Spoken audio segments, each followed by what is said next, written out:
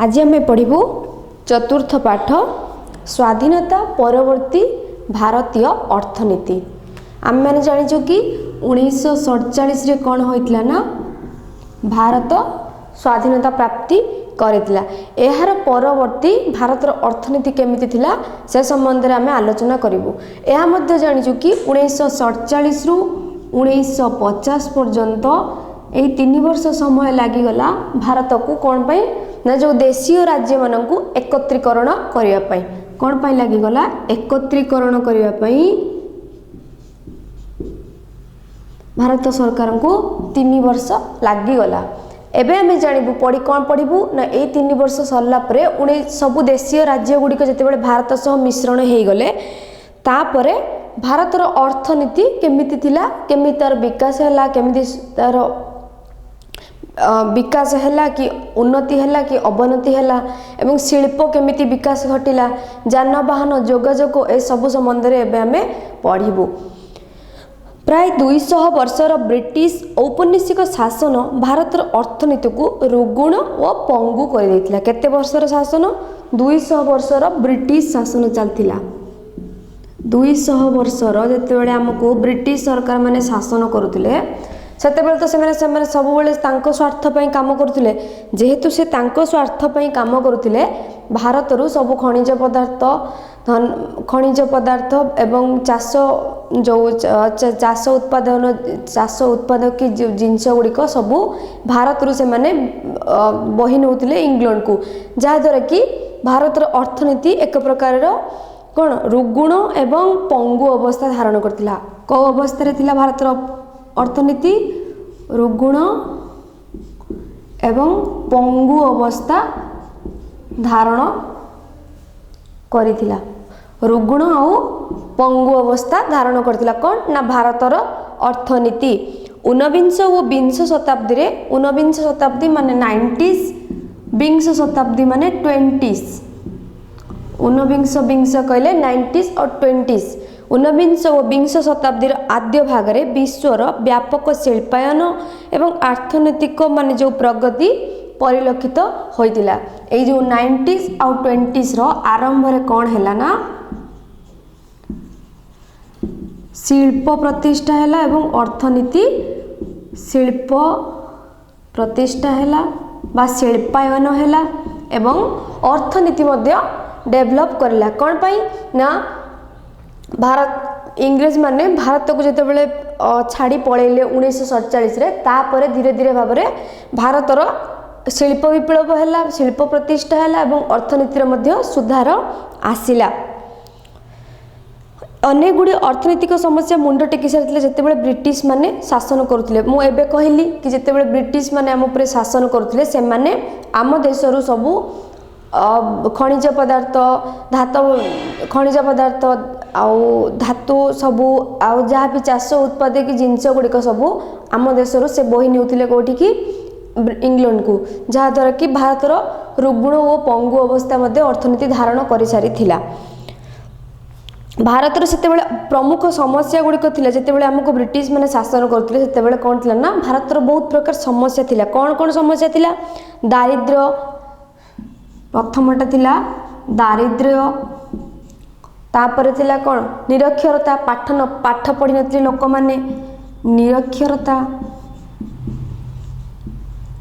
प्रथम थिला दारिद्र्य, द्वितीय थिला निरक्षरता, तापरे रहिला कृषि व्यवस्था कौन विपर्यस्त हो पड़ता।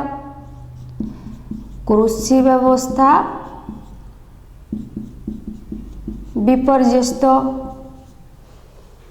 एवं यहाँ पर कौन रहा शिल्पायन क्षेत्र में स्थाणुता माने शिल्प विप्लव किसी भी होना जहाँ जी से ही स्टॉप होता।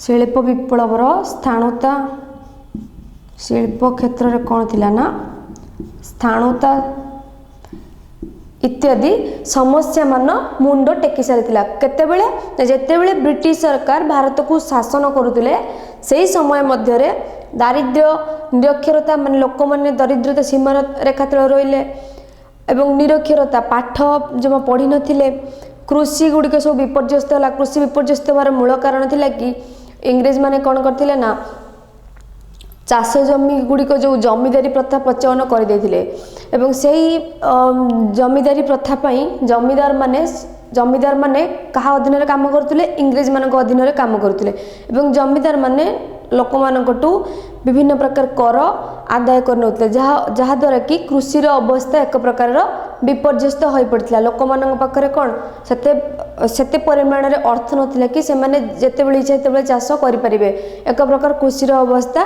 विपर्यस्त हो पड़ता शिल्प विप्लव स्थाणुत होता जो शिल्प जहाँ भी प्रतिष्ठा था तार किसी प्रकार डेभलप हो नाला यही सब प्रकार अधोगति एवं कुटीर शिल्पर अधोगति यही सब प्रकार समस्या मान देखा जाता केतेबेले जितेबेले इंग्रेज माने भारत को शासन करुले भारतर यही विपर्यस्त अर्थ व्यवस्था को विकास द्वारा देश में पहुँचाई देवाई केतेक सुविधा ए देश में उपलब्ध थिला यही सब प्रकार थिला कौन ना समस्या मान ये समस्या गोटे बाट थिला कहा पाखरे भारत सरकार पाखरे कौन बाट थिला सुविधा गुड़िक 1914 रु 1947 मसीहा मध्य भारतीय शिल्पायन को आग को नहीं आनी पारिथिबा जेतेबेले जो आमे कहलु कि कौन थिला पूर्वरु ना शिल्प विप्लव शिल्प क्षेत्र में कौन थिला स्थाणुता थिला माने जो जतिकी उन्नति भी घटी सेतिकी उन्नति घटी सेठी रही जाइथिला या पर कौन हैला ना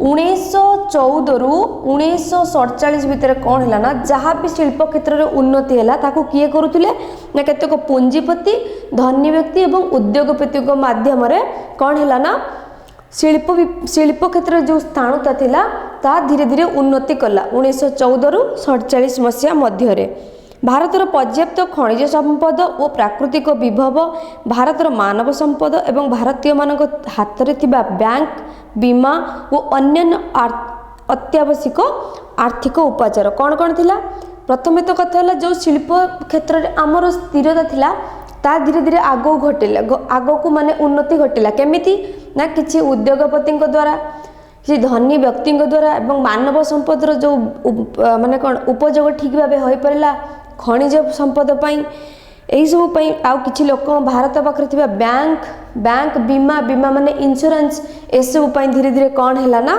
शिल्प क्षेत्र में विकास घटिला 1914 रु 1947 मसीहा मध्य मोटामोटी कहवाक गले स्वाधीनता बेलू भारत वर्षर एक निजस्व अर्थनैतिक भित्तिभूमि उपलब्ध थिला एटा कौ मसीह होता ना 1914 रु 1947 मसीहा मध्य कौन होता ना धीरे धीरे शिल्प क्षेत्र में अग्रगति घटुला एवं कौन कौन से भारत सरकार पाखे थिला किसी उद्योगपति थिले किसी धनी व्यक्ति थिले खनिज संपद थिला आर्थिक व्यवस्था मध्य ठीक थिला आउ कौन थिला कुटीर शिल्पर मध्य उन्नति घटिला एवं प्राकृतिक विभव मध्य थिला मानव संपदर मध्य माने मानव संपदर मध्य ठीक उपयोग हो पारुथिला भारत सरकार पाखे किसी बैंक भी मध्य थिला किसी बीमा बा इंश्योरेंस थिला एही सब कारण पई कौन होता ना शिल्प धीरे धीरे आग को जाऊला जदि मोटामोटी ऊपर देखा जाए ताले भारत स्वाधीनता जो प्राप्ति कला 1947 बेले को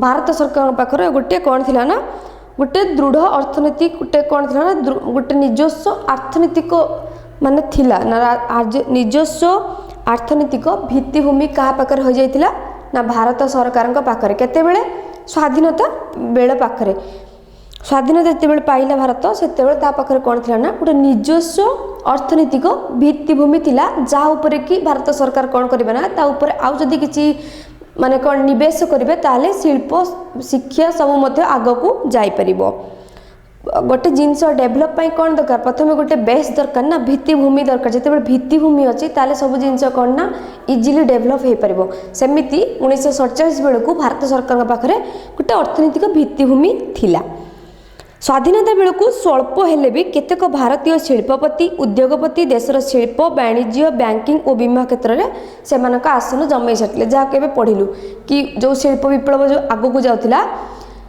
केतेक शिल्पपति थिले केतेक शिल्पपति धनी व्यक्ति उद्योगपति कौन ना शिल्प आग को जाऊला एवं किछि बैंक मध्य थिला किछि बीमा कंपनी मध्य थिला से माने सब कौन थिला ना भारत मध्य तांकर आसन जमाई सारी भारत स्वाधीनता हेबा परे केउ दृष्टिभंगी रे भारतीय अर्थनीति को ठीक दिग्दर्शन दिया जाय परिबो से संबंध रे कौन ना विशेष मत पार्थक्य नथिला ना 1900 जेतेबेले भारत स्वाधीनता प्राप्ति कला 1947 पर कौन है ना सेते बेलू गोटे भित्तिभूमि थिला भारत सरकार पाखरे। ए भित्तिभूमिटी कौन थिला? ए भित्तिभूमिटी थिले धनी व्यवसायी,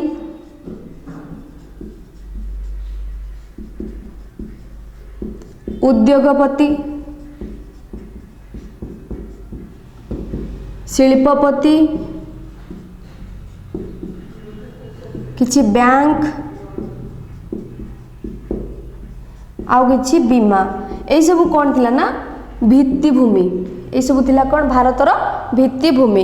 या परे आउ कौन डेभलप हो परिबो, केमिति आउ देशर उन्नति हो परिबो, केमिति आ परे एतिकी तो अच्छी माने कौन भित्तिभूमि, या परे आउ कौन अधिक हो पारे भारतर अर्थनीति आउ अधिक सुधार आसी परिबो से संबंध रे कौन करा गला गोटे प्रस्तुत करा गला। एवं ता सेही सब संबंध रे किछि विचार करा जाय, किछि पदक्षेप मध्य निया गला। कौन थिला से पदक्षेप गुडी को देखिबा। पदक्षेप कौन पाई निया गला ना 1947 रु 14 रु 47 भितर भारतर कौन ना शिल्प विप्लव शिल्प क्षेत्र उन्नति देखा गला। से उन्नति देखा जो गला कहा पाई किछि धनी व्यवसायी, उद्योगपति, शिल्पपति, बैंक, बीमा ए सब पाई कौन ना भारतर गोटे भित्तिभूमि स्थापन हो पारिथिला। एवं सेतेबेले मध्य भारत पाखरे किछि परिमाण रे किछि माने शिल्पपति, धनी व्यक्ति एमाने मध्य तांकर आसन भारत मध्य जमाई सारिथिले। एबे नेक्स्ट कौन थिला ना केमिति से भित्तिभूमि को उपयोग करी आउ आमे आगु को जाई परिबा, आउ अर्थनीति को आमे केमिति सुधार आनी परिबा से संबंध रे आउ किछि नुवा पदक्षेप नेबा। से पदक्षेप गुडी को कौन थिला आत्मनिर्भरशीलता।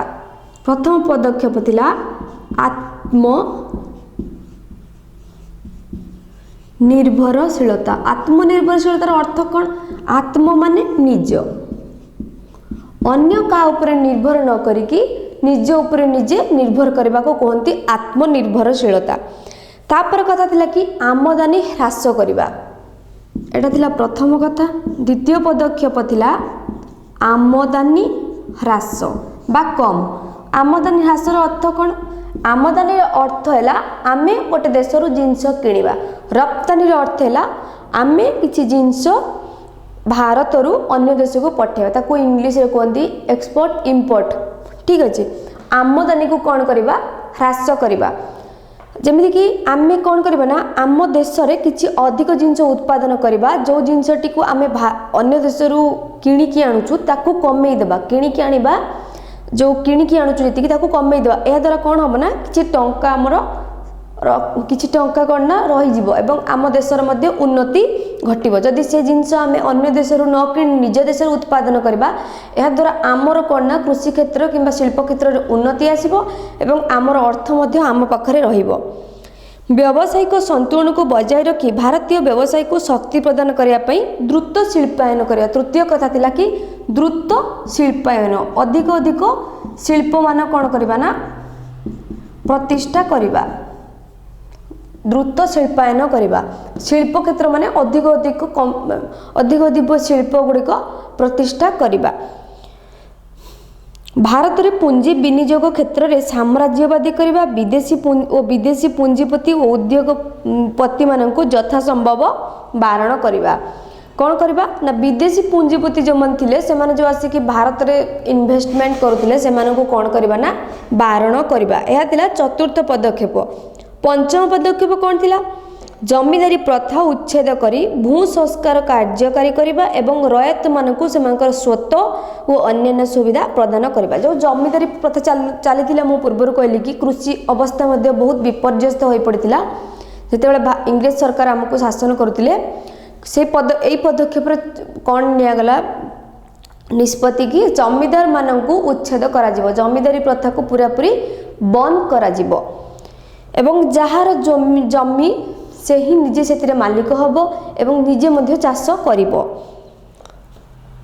एवं समवाय आंदोलन को शक्तिशाली करबा, जहाँ भी आंदोलन रोची ताको समस्ते मिसिकी शक्तिशाली करबा। भारतर विपुल जनसंबल को उपयुक्त प्रशिक्षण प्रदान करी देशर प्रगति पई कौन करबा ना विनियोग करबा। जहाँ भी कौन रहिला ଭାରତର ବିପୁଳ जनसंबल अर्थ है लोक मान संबल बा मानव संबल ताकू कहुए ताकू आम जदि गोटे लोक भल पाठ पढ़ो एवं गोटे लोक जदि भल पाठ पढ़ला नहीं गोटे जदि भल प्रजुक्ति विद्या विद्यालय करागला एवं से विद्यालय रे किछि लोक जदि पढ़ाईगला एवं से माने जदि सितरे भल भाव में पढ़ी पारे या द्वारा कौन हम ना कि प्रजुक्ति विद्या माने कौन उन्नति लाभ करिवो यह कहा द्वारा संभव होबो जनसंबल मानक द्वारा संभव हो पारिबो। यह थिला गोटे प्रकार पदक्षेप। कुटीर शिल्प को प्रोत्साहित करी ग्रामीण अर्थनीतिर दृढ़ीकरण ग्राम मानकर कौन करबा कुटीर शिल्प गुड़िक प्रतिष्ठा करबा। कुटीर शिल्प कोठी प्रतिष्ठा करबा ग्राम मानकर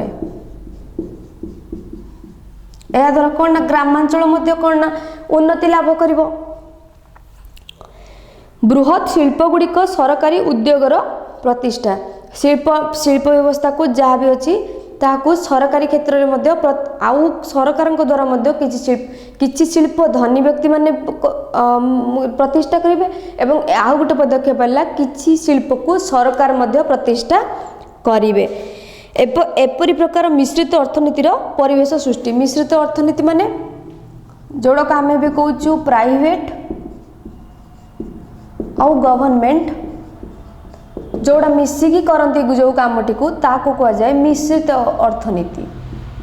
मिश्रित अर्थनीति प्राइवेट माने भारतर जो धनी व्यक्ति माने रहिले एवं सरकार मिसिकी कौन करेंगे ना जो शिल्प व्यवस्था प्रतिष्ठा कले ताको कह जाए मिश्रित अर्थनीति। अनुसूचित जाति व जनजाति मानक भारतीय अर्थनैतिक प्रगति स्रोत सामिल करवा जो मैंने रहिले अनुसूचित जाति तल जातिर लोक से कौन करवा ना से आर्थिक उन्नतिर जो महास्रोत रही से आम सामिल करवा। यही सब प्रकार पदक्षेप थिला कौन पाई ना भारतर अर्थनीति को गोटे प्रकार डेभलप करने उन्नति आने यही सब पदक्षेप मान निया आत्मनिर्भरशील हवा दरकार जहाँद्वारा कि कौन आम अन्य को देश उपर निर्भर करने पड़ो नहीं आमदानी ह्रास करवा निज देश में अधिक उत्पादन करवा जहाँद्वारा कि निज देश उन्नति हम एवं जो टंकार आम बाहर देश जिनस किणुचु से टंका आम पाखे रहिबो। शिल्पायन माने शिल्प क्षेत्र में अधिक अधिक उन्नति आनिबा। कुटीर शिल्प सब ग्राम मानकर प्रतिष्ठा करवा जहाँद्वारा ग्रामांचल कौन उन्नति घटिबो। मिश्रित अर्थनीति सृष्टि करवा जमीती माने प्राइवेट और गवर्नमेंट मिसिकी जो मिश्रित अर्थनीति सृष्टि कले। स्वाधीनता प्राप्ति पर ए सबको कार्यक्रम करिबारे कौनसी प्रतिबंधक नथिला ए सब जहाँ भी पदक्षेप मान थिला ए सब को कार्य करिया पे कौनसी प्रतिबंधक नथिला कि आमको काटारू कौन आमको काटारू किछि परमिशन नबाकू नथिला कहीं ना ब्रिटिश मान तो आमको आम देश को स्वाधीन ब्रिटिश मान तो आम देश को आम हाथ में समस्त प्रकार शासन क्षमता न्यस्त कर से माने पळे जातिले तो आम तो स्वाधीन हो सारी ये तो सब जहाँ भी होता आफ्टर 1947 1947 पर जहाँ भी पदक्षेप गुड़िक नौला ताकू कार्यकारी करने निमंते कौन से प्रकार प्रतिबंधक बाधा विघ्न नथिला। शिल्पायन उद्देश्य रे एक व्यापक परिवेश सृष्टि करने आवश्यक पदक्षेप गुड़िक नि सारी कौन पदक्षेप थिला शिल्प विप्लव जो धनी व्यक्ति उद्योगपति मान कहुब कि अधिक शिल्प प्रतिष्ठा करूँ किछि अर्थ सरकार प्रदान करेंगे जहाँद्वारा कि शिल्प विप्लव आगक जीव। भारत सहित देशीय राज्यगुड़िक सर्वांतकरण मिशीजा पर खनिज संपद विनियोग करिया बा सारा देश निरंकुश वाणिज्य व्यवसाय करिबारे कौन सी प्रकार बाधा विघ्न और रहिला नहीं। कौन पे बाधा विघ्न रहिला नहीं कहीं ना 47 रु 50 मध्य सबु देशीय जी राज्य थे समस्त आसिक भारतर मिसी सारी जेहेतु भारत मिसी सारी यहाँ कौन होता ना अखंड भारत हो सारी गोटे भारत बनी सारी जहाँ भितर कि सब देशीय राज्य माने थिले। एबे कौन है ना जो सबू भारतर जी जो खनिज पदार्थर जो भी उन्नति घटापी ताकू किसी बाधा विघ्न नथिला। अनेक पदार्थर मालिकाना स्वत्व केंद्र सरकार बा राज्य सरकार हाथ रहा यही जो भारत वर्ष जी खनिज पदार्थ रहा एवं जहाँ भी व्यवसाय सब रहा जहाँ भी व्यवसाय रहा जहाँ भी खनिज पदार्थ रहा से सबुर जो मालिकाना ओनरशिप क्या पाखे रहा किछि रहा सरकार हाथ में आउ किछि रहा राज्य सरकार हाथ में किछि रहा केंद्र सरकार बा भारत सरकार हाथ में आउ किछि रहा क्या हाथ में राज्य सरकार हाथ में।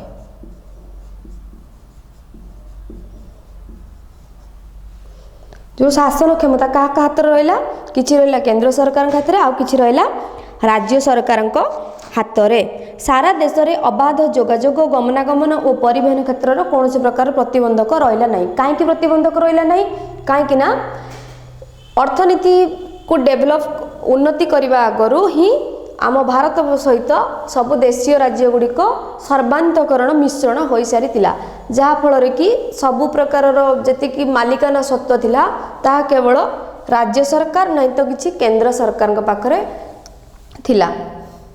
यही सब कौन होता ना जिते सबु देशीय राज्य भारत सहित मिसी जाई सारी से कौन सुविधा होता ना मन कर जो पूर्वर असुविधा होता कि जदि भारत सरकार पाखे गोटे अंचल अच्छी एवं देशीय राज्यर किसी प्रजा चाहिए सेठी जाकि किसी माने कौन वाणिज्य व्यवसाय करने प्रमाण पत्र दरकार पड़ूला। एवं कौन है ना पूरा देशीय राज्य जिते मिसी जाइए सब भारत सहित से गोटे जगार अन्य जगह को शिल्पायन बा जोगाजोग परिवहन क्षेत्र में आउ कौन प्रतिबंधक रहा नहीं।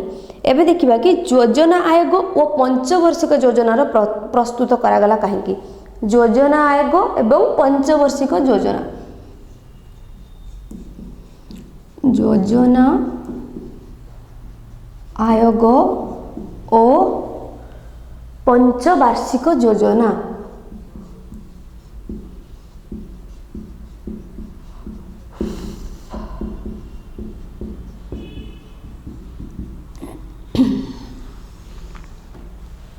योजना आयोग व पंचवर्षिक योजना यह कौन थिला 1950 मसीहा मार्च 15 तारिख में भारत सरकार योजना आयोग गठन कले। किए गठन कले?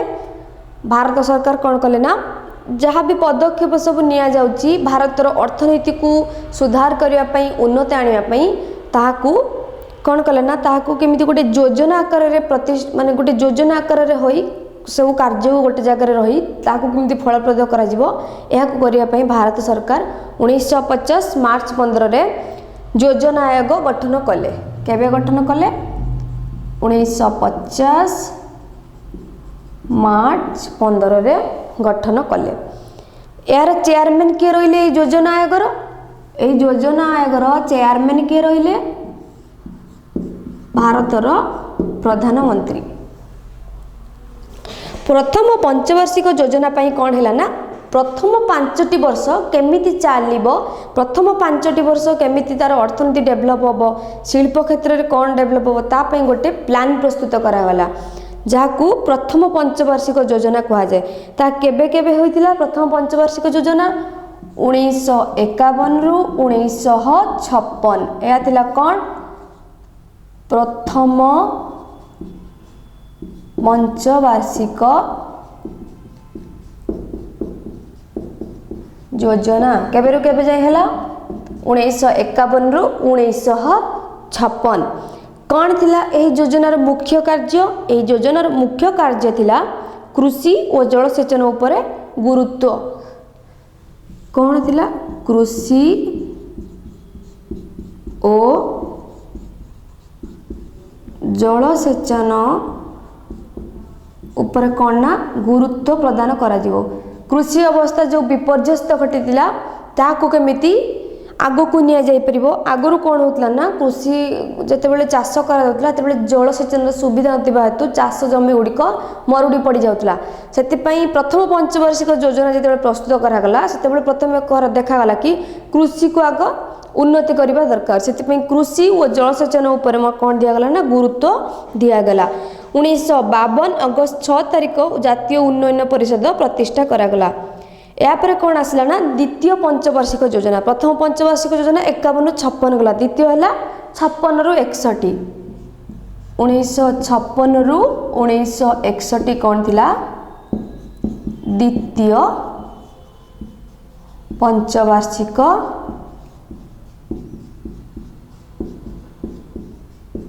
योजना।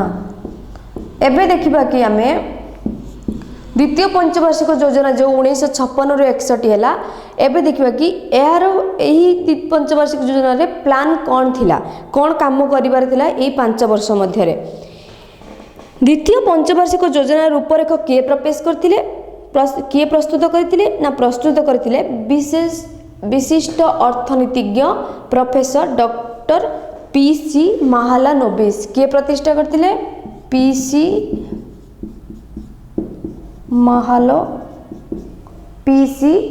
महालानोबिस।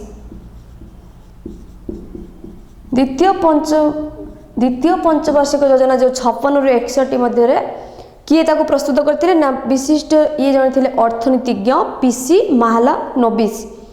भारतीय समाजर समाजवादी व्यवस्था प्रचलन थिला एही पंचवार्षिक योजनार माने कौन ना प्रधान उद्देश्य मुख्य लक्ष्य कौन थिला मुख्य जो लक्ष्य इतरे कौन थिला जातीय आय वृद्धि कौन थिला जातीय आय को केमिति वृद्धि करा जिवो जातीय आय को वृद्धि करा जिवो मौलिक और बृहत शिल्पायन को गुरुत्व दे शिल्पर विकास कौन करा जिवो शिल्पर विकास शिल्प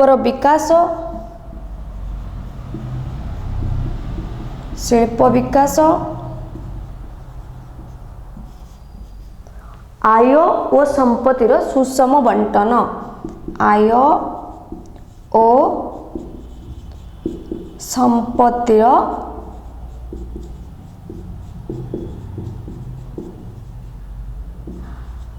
सुषम बंटन यह थिला द्वितीय पंचवार्षिक योजनार लक्ष्य कौन थिला प्रथम पंचवार्षिक योजना है 1951 रु 56 यार मुख्य कार्य कौन थिला कृषि विभाग केमिति उन्नति हेबो एवं सही समय मरुड़ी देखा जाउतिला केमिति मरुड़ी रक्षा पाई जलसेचन को उन्नति करियबो एया थिला प्रथम पंचवार्षिक योजनार मुख्य काम।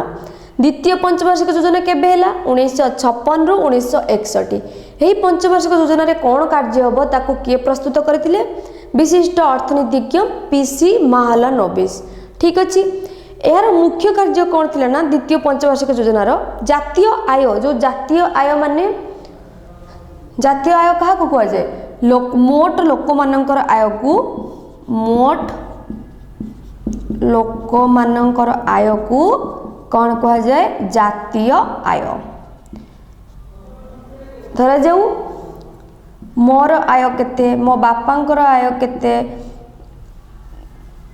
मोट यही सब भाव में धर आम घर आय केते अन्य क्या घर एमती भारत वर्षर समस्त घर आय को मिसेकर जो आय कर कौन कह जाए जातीय आय यह केमिति वृद्धि घटो केमिति वृद्धि घटो जदि लोक मैंने निजे किसी काम करेंगे कृषि कार्य उन्नति घटो ताले सीना आम कि पैसा इनकम कले जातीय आम कि इनकम कले मुंड पिछा आय बढ़िले जातीय आय वृद्धि हम यह द्वितीय पंचवार्षिक योजनार मुख्य कार्य।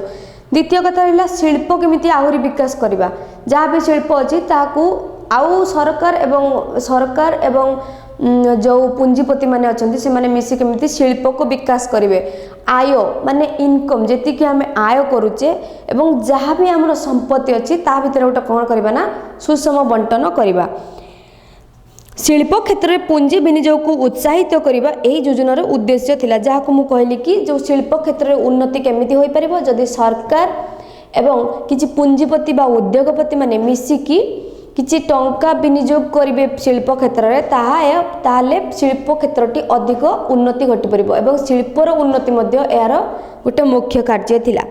शिल्पायन और सरकारी उद्योग प्रतिष्ठा उपरे गुरुत्व दियागला केमिति शिल्पायन हम अधिक शिल्प प्रतिष्ठा हो पार सरकारी उद्योग केमिति हम यह सब उपरे मध्य गुरुत्व दियागला। विदेशी ज्ञान कौशल को उपयोग करी 3टी समन्वित इस्पात प्रकल्प मध्य तैयारी हैला कौन करागला 3टी इस्पात प्रकल्प मध्य निर्मित करागला कहा को करे विदेशी ज्ञान कौशल को उपयोग करी 3टी इस्पात प्रकल्प मध्य तैयारी करागला कहीं विदेशी ज्ञान कौशल को व्यवहार कर तैयारी करागला कहीं से भारतीय मान पाखे से यथेष्ट ज्ञान नाला प्रजुक्ति विद्या क्षेत्र में जे से माने शिल्प को आग को नहीं पारे एवं शिल्प एक प्रतिष्ठा करें से विदेशी ज्ञान कौशल खर्च कर उपयोग करी प्रजुक्ति विद्या को प्रयोग कर 3टी इस्पात मध्य प्रकल्प करागला। यापर देखिबा आमे एटा थिला द्वितीय पंचवार्षिक योजना। एबे देखिबु कि तृतीय पंचवार्षिक योजना कौन थिला। प्रथम पंचवार्षिक योजना गला 51 नु 56, 56 नु 61 गला द्वितीय पंचवार्षिक योजना। एबे हैला 61 रु 66 जोटा कि थिला तृतीय पंचवार्षिक योजना। देखिबा 1961 रु 66 भितर कौन एमती योजना करागला जहाँ द्वारा कि भारतर उन्नति घटी पारिबो। 1962 रे किंतु जदि भी देखा जाए कि 1961 रु 66 जो तृतीय पंचवार्षिक योजना थिला यह विशेष भावे कौन ना फलप्रद हो पार नथिला। कारण भारत चीन मध्य युद्ध होइतिला 1962 रे एवं एई 5 वर्ष भितर दुईटी युद्ध होइतिला। कौन कौन? भारत चीन मध्य युद्ध एवं पाकिस्तान सह युद्ध। कौन होइतिला? दुईटी युद्ध होइतिला। गोटे हैला 1962 चीन सह युद्ध, आउ गोटे युद्ध होइतिला 1965 रे का सह? पाकिस्तान सह। एई युद्ध पाइका कौन होइतिला ना जो तृतीय पंचवार्षिक योजनाटी सेते फलप्रद होई पारि नथिला। किंतु एई योजनार मुख्य उद्देश्य कौन स्थिर करा जायतिला? एई योजनार मुख्य उद्देश्य थिला जातीय आय को जो द्वितीय पंचवार्षिक योजना रे कहैतिला कि जातीय आय वृद्धि करिबा। तृतीय योजना थिला कि यार मुख्य लक्ष्य थिला कि जो जातीय आय को वृद्धि करिबा केते प्रतिशत? 30%, 30 भाग वृद्धि करिबा। केते कौन थिला लक्ष्य? जातीय आय। द्वितीय पंचवार्षिक रे हमें कौन पढ़िथिलु? जातीय आयर वृद्धि केते वृद्धि हबो ना 30 भाग वृद्धि। जातीय आय 30 भाग वृद्धि। जातीय आय केमिति बढ़िबो? जदि मुंड पिछा आय बढ़िबो तेणु मुंड पिछा आय को जदि आमे बढ़ेबा ताहले जाई जातीय आय बढ़ी परिबो। ताहले मुंड पिछा आय केते वृद्धि करिबा? 17% वृद्धि करिबा। अन्यून्य 17% वृद्धि करिबा। कौन थिला मुख्य उद्देश्य ना जातीय आय को 30 भाग वृद्धि करिबा। जातीय आय केमिति बढ़िबो? जेतेबेले मुंड पिछा आय बढ़िबो सेतेबेले जातीय आय बढ़ी परिबो। मुंड पिछा आय जदि 17% बढ़िबो ताहले जातीय आय 30% बढ़िबो। एहा थिला तृतीय पंचवार्षिक योजनार मुख्य लक्ष्य। एहा व्यतीत एही पंचवार्षिक योजनार आउ मध्य किछि लक्ष्य थिला। कौन थिला सेगुड़िक? जातीय आय रे वार्षिक 5% अभिवृद्धि। एठी कौन कहगला? जातीय आयर खाली वृद्धि किंतु वार्षिक आउ मध्य कौन कार्यक्रम थिला? वार्षिक आय 5% वृद्धि। पुंजी निवेश को प्रोत्साहन। जे माने पुंजीपति थिले से माने केमिति पुंजी निवेश करबे ताको आहुरी प्रोत्साहन करागला। से माने को आहुरी उत्साह करागला जेमिति से माने उत्साही आग्रही आउ पुंजी उपनिवेश करिवे शिल्प क्षेत्र रे। खाद्य शस्य उत्पादन रे स्वावलंबनशीलता। खाद्य शस्य केमिति उत्पादन होई पारे? जदि कृषि क्षेत्र उन्नति घटिबो ताले खाद्य शस्य मध्य उत्पादन तार उन्नति घटिबो। लोह इस्पात रसायन इंधन और शक्ति प्रकल्प को प्रोत्साहन जगेबा। लोह इस्पात खनिज पदार्थ सब को व्यवहार करी केमिति लोह इस्पात कारखाना को उन्नति करिबा। रसायन क्षेत्र में मध्य उन्नति करिबा। इंधन और शक्ति प्रकल्प को प्रोत्साहन देबा। कल कब्जा जो मेसीन रो सब पार्ट्स गुड़िक ताहा केमिति उत्पादन वृद्धि होबो ता पई मध्य प्रोत्साहन देबा। रोजगार पई सुजोग सृष्टि करिबा। केमिति रोजगार पई सुजोग सृष्टि करिबा? जदि आमे एते सब शिल्प गुड़िक प्रतिष्ठा करिबा जेमिति कि लौह शिल्प, रसायन शिल्प, कल कब्जा शिल्प, ताहले एही शिल्प को चलेबा पई मध्य किछि लोकंकर आवश्यकता रहइबो। जदि एही सब शिल्प गुड़िक प्रतिष्ठा होई जाय ताहले किछि लोकंकर मध्य रोजगार क्षमता बढ़ी जिवो। काहे ना किछि लोक एथिरे कोन ना काम पाई जिवे जहा द्वारा कि रोजगार सृष्टि होई परिबो। भारतर उपलब्ध मानव संबलर सदुपयोग एवं धनी दरिद्रों मध्य अर्थनैतिक तारतम्य ह्रास पाइब। जो धनी दरिद्रों भितर जो धनी और दरिद्रों भितर जो अर्थनीतिर तारतम्य अच्छी तारतम्य अर्थनीति को लेकिन ताहा कौन हम ह्रास पाइब बा कमी जीव। यही सब थिला तृतीय पंचवार्षिक योजनार लक्ष्य। 1966 रु 1969 पर्यंत तीनोटी पंचवार्षिक योजना कार्यकारी हैला। कौन हैला 1966 रु 69।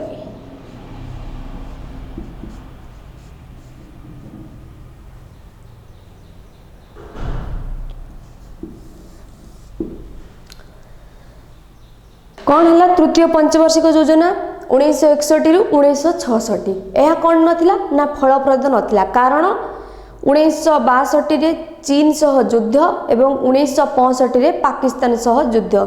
किंतु यही जो पंचवार्षिक योजनार किछि मुख्य उद्देश्य मध्य थिला। कौन उद्देश्य थिला? जातीय आय को 30% वृद्धि करिबा, मुंड पिछा आय को 17% वृद्धि करिबा एवं वार्षिक आय जातीय माने जो जातीय वार्षिक आय जो रोची ताको 5% बढ़ेबा। आउे कौन करवा ना शिल्प क्षेत्र में पुंजी जो निवेश कर केमिति उत्साह करवा से अधिक पुंजी निवेश करंतु। लौह इस्पात शिल्प, रसायन शिल्प, कलकब्जा एसबू को प्रतिष्ठा करवा, शस्य उत्पादन केमिति अधिक करवा, यही सब थिला यार कार्य। एवं धनी और दरिद्र मानक मध्य जो अर्थनैतिक जो तारतम्य रोची ताको केमिति कमेबा, केमिति कमे परिबा।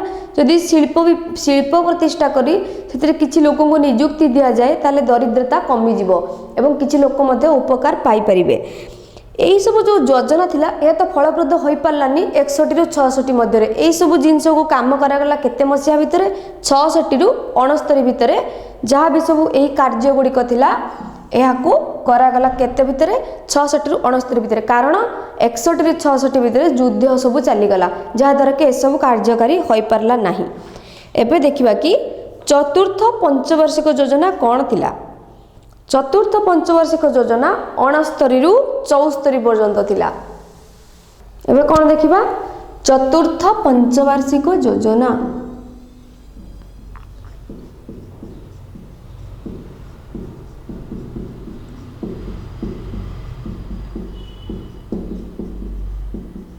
केते रु केते 1969 रु 1974।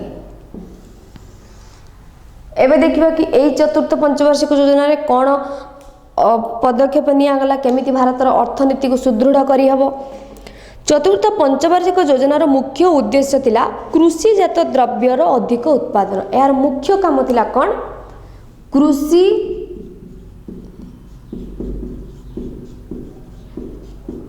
जातीय द्रव्यर अधिक उत्पादन। देख प्रथम पंचवार्षिक योजना चतुर्थ पंचवार्षिक योजना भितर किछि पार्थक्य थिला। कौन थिला? प्रथम पंचवार्षिक योजनार लक्ष्य थिला कृषि और जलसेचनर उन्नति। चतुर्थ पंचवार्षिक योजनार अर्थ उद्देश्य हैला कृषिजात द्रव्यर अधिक उत्पादन। जहाँ भी आम चाष करुचु ता अधिक उत्पादन हवा दरकार। जनसाधारण को जीवन धारण मान को उन्नत करने यही योजना काल में समता और सामाजिक न्याय उपरे गुरुत्व दिगला।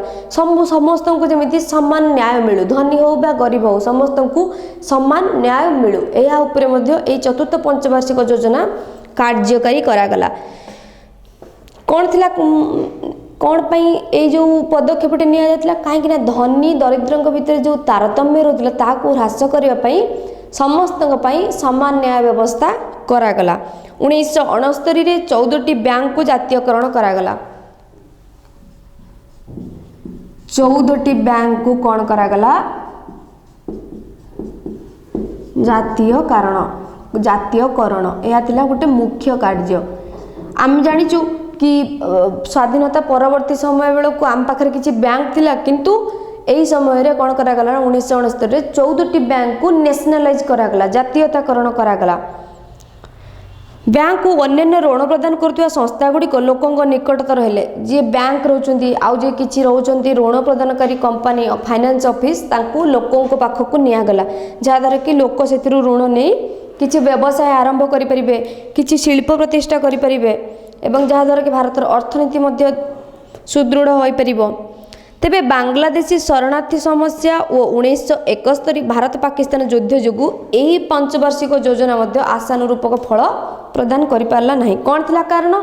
बांग्लादेशी शरणार्थी किछि थिले भारत रे।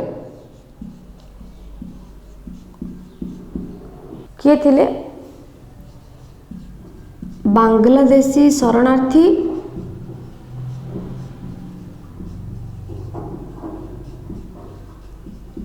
एवं आ कौन होइतिला ना 1971 जो भारत पाकिस्तान युद्ध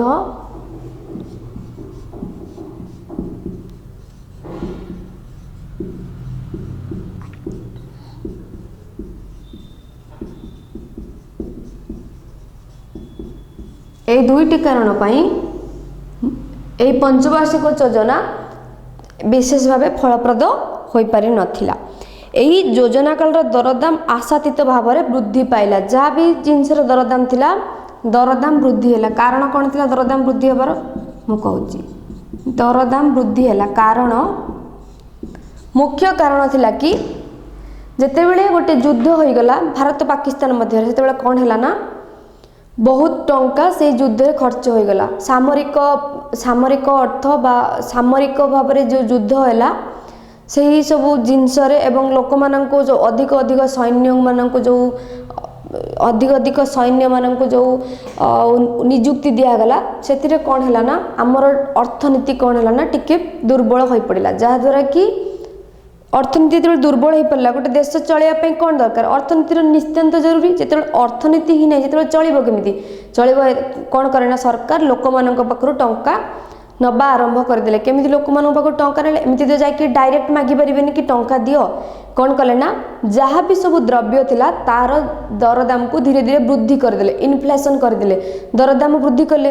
नित्य जोटा नित्यावश्यक जिनस जमीती कि चाउल डाली परिवा ए सब तो गोटे लोक चलिया निहाती आवश्यक ना। जदि यही सबूर दरदाम वृद्धि भी करा जाए ना लोक मैंने जिते भी टंका हो लोक मैंने किणवे। एथिपाई दरदाम कौन है ना आशार अधिक भाव में वृद्धि है। यह थिला चतुर्थ पंचवार्षिक योजना। एवं देखिबु कि पंचम पंचवार्षिक योजना कौन थिला? 1974 रु 79 1974 रु 1979 थिला पंचम पंचवार्षिक योजना। एवं देखिबु कि यही पंचवार्षिक योजना रे कौन पदक्षेप गुड़िक नियागला। यही योजनार मुख्य लक्ष्य थिला अर्थनैतिक आत्मनिर्भरशीलता हासिल। कौन थिला ना कि केमिति आमे आत्मनिर्भरशील होई अर्थनीति रे कौन करबा ना अर्थनीति एक्चुअली ए जो पंचवार्षिक योजना है ए सब पूर्वर जहाँ सब होता से सब होता देशर केमिति उन्नति घटिबो। यही पंचवार्षिक योजना गोटे मुख्य कार्य थिला कौन ना आमे केमिति अर्थनीतिक भाव में उन्नति करबा आत्मनिर्भरशील होई माने कहा ऊपर आमे निर्भर करबा नहीं टंका पाई बा अर्थनीति पाई कहा ऊपर निर्भर करबा नहीं। कौन थिला अर्थनीतिक आत्मनिर्भरशीलता हासिल। अर्थनीतिक आत्मनिर्भरशीलता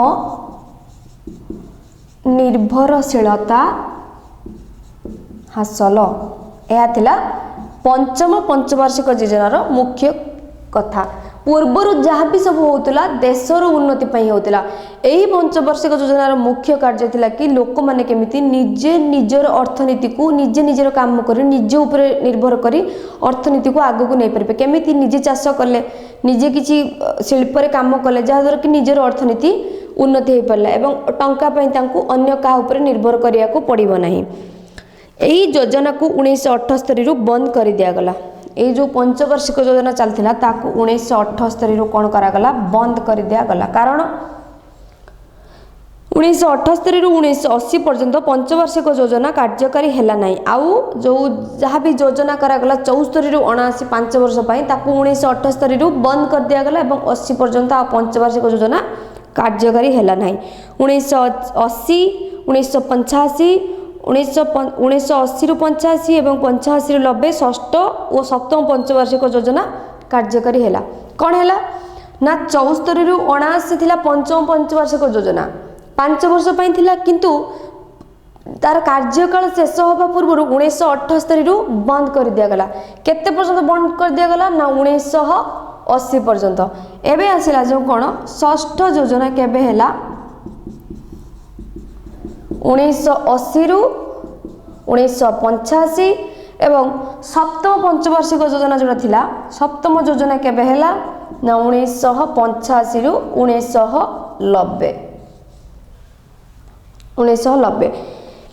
दारिद्र्य दूरीकरण थिला षष्ठ पंचवार्षिक योजनार मुख्य उद्देश्य। कौन थिला 6 नंबर योजनार मुख्य उद्देश्य दारिद्र्य केमिति दूरीकरण करबा, लोक मानक पाखरे केमिति अर्थ माने कौन पर्याप्त परिमाण रहिबो, पर्याप्त भी न हो जेतिकी चलिबा पई नित्यंत आवश्यक सेतिकी रहिबो, जहा द्वारा कि हमें दारिद्र्य दूर करि परिबा। यह थिला षष्ठ पंचवार्षिक योजनार कार्यक्रम। एवं कृषि और शिल्प भित्तिभूमि प्रतिष्ठा करने पर गुरुत्व दिया केमिति कृषि क्षेत्र में आउ उन्नति हो पारिबो, केमिति उन्नति घटी पारिबो, एते कृषि क्षेत्र में प्रजुक्ति विद्या केमिति आउ भल काम करि पारिबो, ट्रैक्टर केमिति भल भाबे यूज हो पारिबो, सब प्रकार यंत्रपाति केमिति कृषि क्षेत्र में व्यवहार हो पारिबो ताहा उपरे गुरुत्व प्रदान करा गला। एही योजनार शतकड़ा 5.2 जातीय अभिवृद्धि हार हासिल करागला। प्रथम केते कराइतला 5%, एबे केते हैला 5.2%। तृतीय पंचवार्षिक योजनार कोन कहैतला ना जातीय वार्षिक हार को 5% अभिवृद्धि करिबा। एबे षष्ठ रे कुआ गला कि 5.2% अभिवृद्धि करिबा। सप्तम पंचवार्षिक योजनार मुख्य लक्ष्य थिला खाद्य शस्य उत्पादन वृद्धि, जमिति कि धान बिरी कोलथ जहाँ भी उत्पादन कराउची ताको केमिति आउ वृद्धि करा जाय परिबो।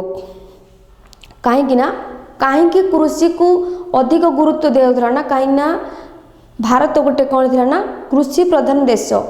जेहेतु गोटे कृषि प्रधान देश थिला, भारतर जलवायु एवं मृत्तिका चाष पई कोन थिला ना एक अनुकूल परिवेश सृष्टि करि पारथला। जेहेतु एक अनुकूल परिस्थिति सृष्टि करि पारथला सेथि पई सरकार मुख्य अग्रगति काहा को देउथले ना कृषि को देउथिले।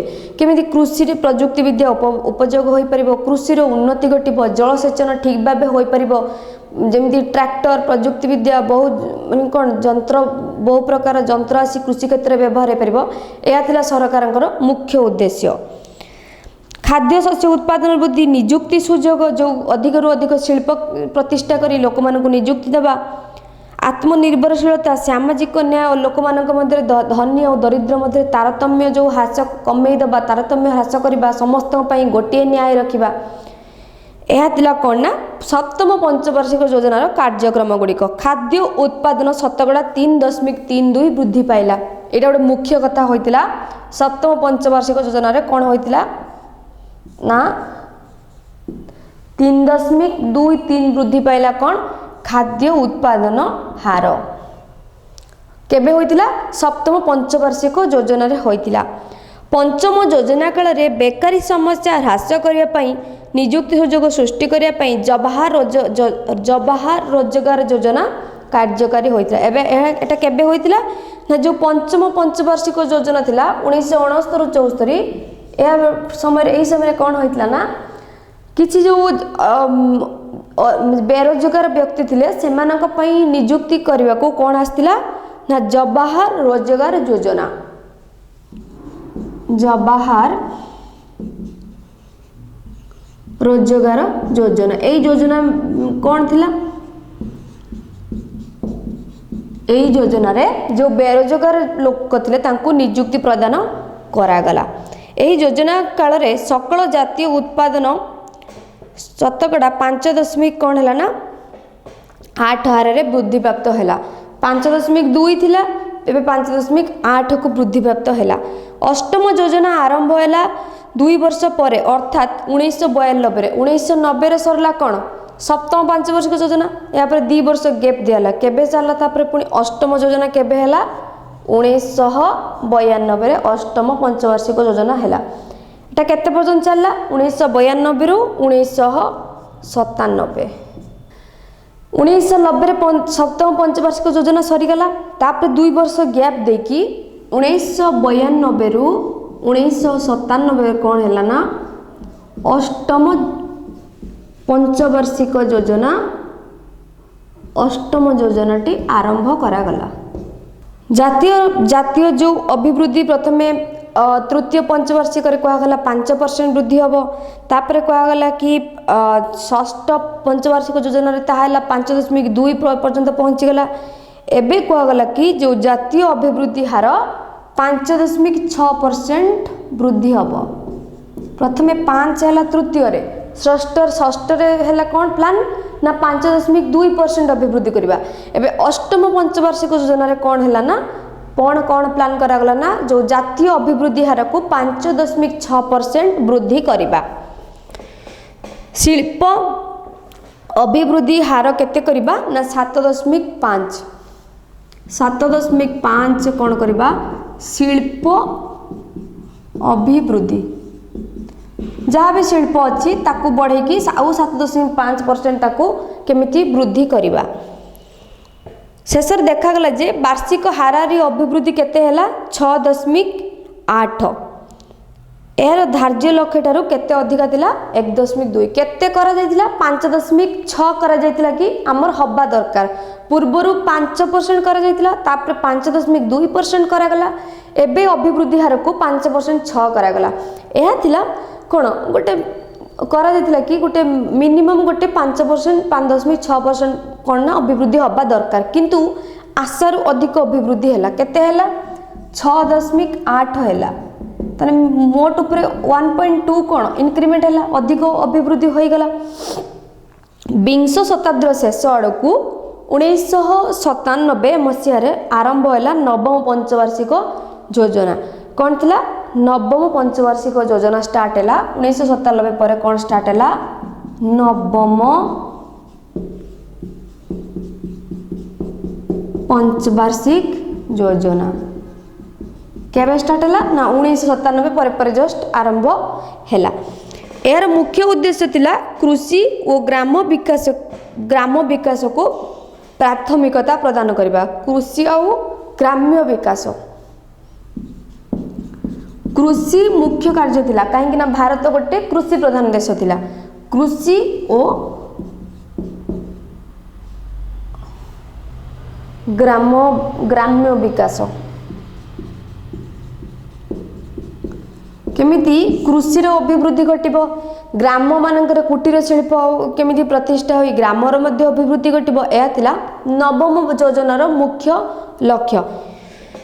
दारिद्र्य दूरीकरण हम, दरदाम स्थिर रखी अभिवृद्धि हार जो अभिवृद्धि हार अधिक हो जाइतिला आशारू अधिक होइतिला जो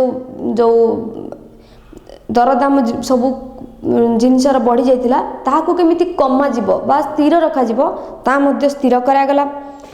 समस्त लोकों को खाद्य निरापत्ता जोगेबा, लोक मानक मौलिक और अपरिहार्य सेवा पानीय जल जमी ठीक मिलवा दरकार। कहीं ग्राम आगुरी कौन थी ना लोक मानक ठीक भाव में पानीय जल मिल पार ना, नलकूप केमी खोलिबा ठीक भाव लोक मैंने सफा पानी पीबे ता उपरे मध्य गुरुत्व प्रदान करागला।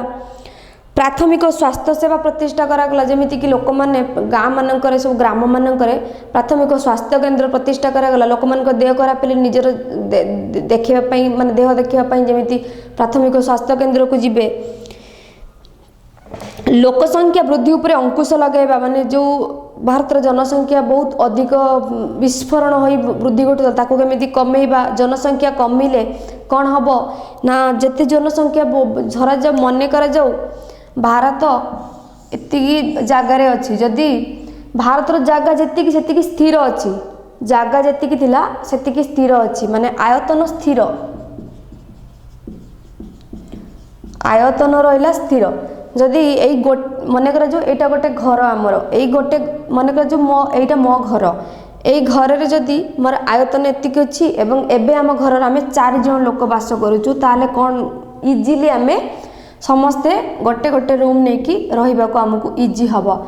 जदि 4 ରୁ 6 हेब ताले कौन हम ना आमको असुविधा हम। आदि 6 ରୁ 8 हम धीरे धीरे कौन हम ना आमको असुविधा हम। जगह जी से रहा किंतु जनसंख्या वृद्धि द्वारा तार जो लोक मानक मुंड पिछे जी जगह तार मध्य आयतन कमिगला।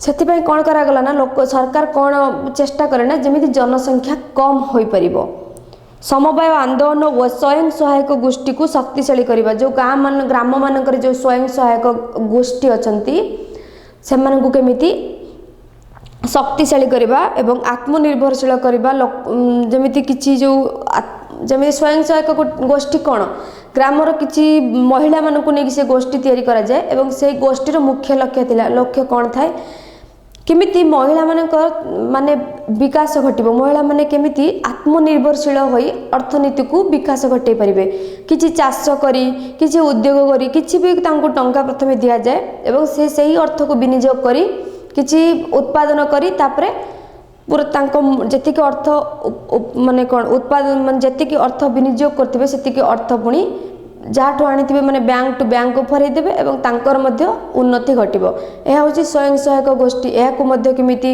आउरी शक्तिशाली करा जिवो ताहा मध्य सरकार दृष्टि निक्षेप कले मोट उपरे जदि आमे सबु पंचवार्षिक योजना को पुंखानुपुंख भाव आलोचना करबा ताले आमे सबुरे देखुचु कोन ना सरकारଙ୍କର मुख्य उद्देश्य कौन भारतर अर्थनीति को केमिति सुदृढ़ करबा एवं कृषि क्षेत्र में केमिति भारत अधिक उन्नति करिबो ता ऊपर ध्यान देबा एवं जातीय अभिवृद्धि हार को बढ़ेबा धनी और गरीबों भितर जो तारतम्यता को कम करबा शिल्प क्षेत्र में आगको नबा एई सब होला मुख्य कार्य सबु पंचवार्षिक योजनार जलसेचन केमिति अभिवृद्धि घटेबा प्राथमिक स्वास्थ्य केन्द्र बसेबा एवं स्वयं सहायक गोष्ठी को शक्तिशाली करबा एई सब थिला सबु पंचवार्षिक योजनार कार्यक्रम गुड़िक नवम पंचवार्षिक योजनार अभिवृद्धि हार थिला केते 6.5 अष्टम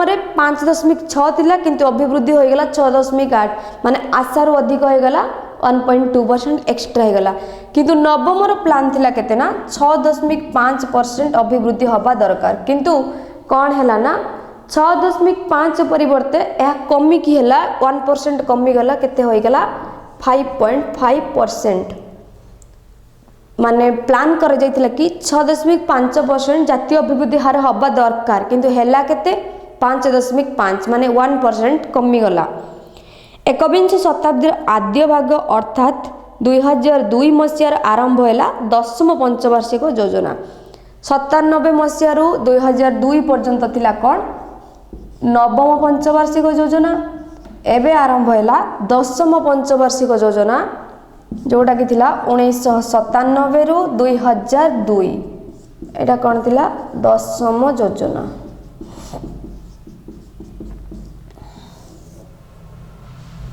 दशम पंचवार्षिक योजना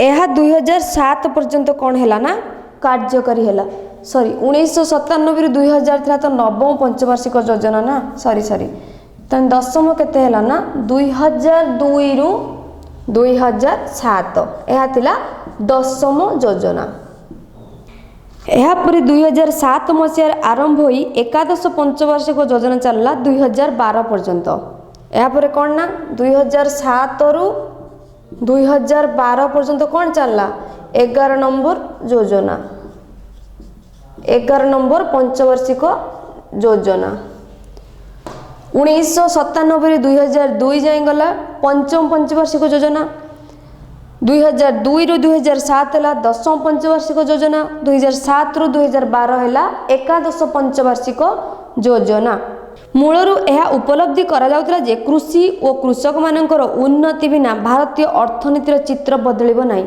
पूर्व मध्य मु कहिछि सरकार चाहूले सरकार भाबुथिले कि कृषि उन्नति यदि न होई परिबो ताले भारत रो अर्थनीति कोनोसी प्रकार उन्नति होई परिबो नाही सेतिपई कृषक मानकर सुविधा पई अनेक गुडी कार्य हाथ को निया जायतिला जमीदारी प्रथा मध्य विलोप करा गला काईना जमीदारी प्रथा रहिले कृषि रो उन्नति घटी परिबो नाही जेहेतु भारत सरकार कौन भाविले कि कृषि रो उन्नति न जदि न हुए ताले भारत रो अर्थनीति सुधरिबो नाही सेतिपई कृषि को उन्नति करिया पई जमीदारी प्रथा को कौन करा गला लोप करा गला समवाय आंदोलन को शक्तिशाली करागला महाजनी ऋण व्यवस्था को निरुत्साहित करागला जो महाजन माने आगुरु थिले ग्राम मानकरे से माने कोन करथिले ना ऋण दउथिले किछि टंका देबे ता उपरे प्रचुर परिमाण रे माने कोन नउथिले ना अब माने इंटरेस्ट नउथिले जा द्वारा कि से माने धीरे धीरे धनी हो जाथिले एवं गरीब लोक माने धीरे धीरे गरीब हो जाउथिले आहुरी गरीब हो जाउथिले जलसेचन और वैज्ञानिक कृषि प्रणाली उपर गुरुत्व दिगला।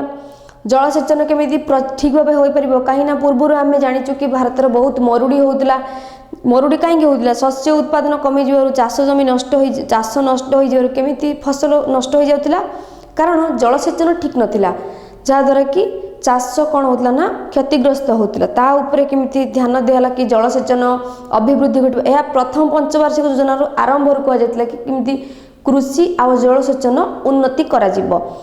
वैज्ञानिक कृषि प्रणाली उपर केमी चाष करा जिवो ट्रैक्टर आउ केमिति सब अत्याधुनिक उपकरण सब व्यवहार हम कृषि क्षेत्र में धान को झाड़िया जो यंत्र ये सब यंत्र जदि व्यवहार करा जिवो ताले कौन कृषि क्षेत्र धीरे धीरे उन्नति घटिबो। यह सब व्यवस्था मध्य करागला। घरोई शिल्पपति मानक मध्य उत्साहित करागला। जो शिल्पपति मान धनी व्यक्ति माने अछंती तांको मध्य आहुरी उत्साहित करागला से माने मध्य आग्रह प्रकाश कले आउ पुंजी निवेश पई। दारिद्र्य और बेरोजगारी थिला भारतर मुख्य समस्या। दारिद्र्य आउ गोटे कौन थिला बेरोजगार कौन थिला भारतर मुख्य समस्या दारिद्र्य और बेरोजगार।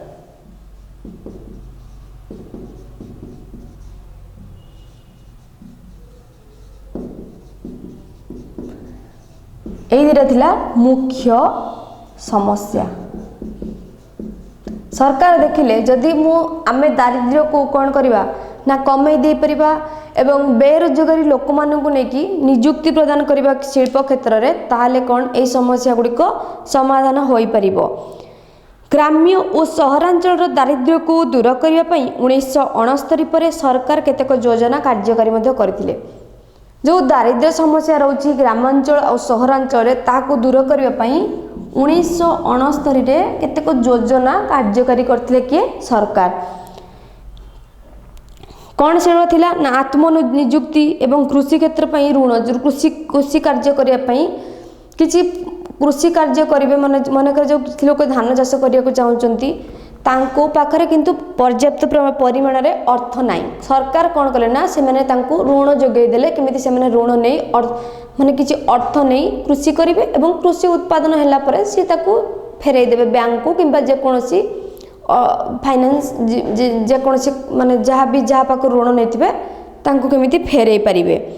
1978 मसीह आरंभ है समन्वित ग्राम्य उन्नयन योजना। कौन आरंभ है समन्वित ग्राम्य उन्नयन योजना।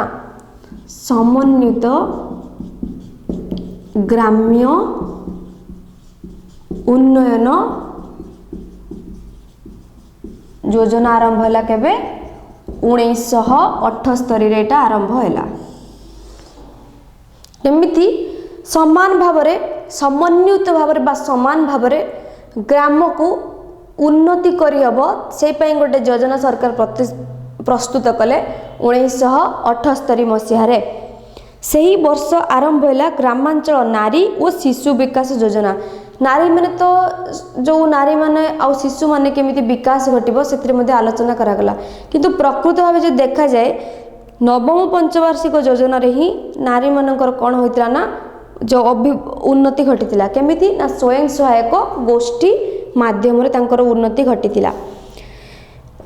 1969 मसीहा आरंभ है स्वर्ण जयंती ग्राम्य रोजगार योजना। यहाँ पर गोटे गोटे प्रकार योजना आरंभ है जहाद्वारा कि सरकार मुख्य लक्ष्य थिला एई योजना माध्यम रे दारिद्र्य आ बेरोजगार दूर करिवे एवं एई दुईटी मुख्य समस्या थिला। एई समस्या समाधान हो गले अर्थनीति उन्नति घटी पारिबो। कौन आरंभ है 1969 रे स्वर्ण जयंती ग्राम्य स्वरोजगार योजना। स्वर्ण जयंती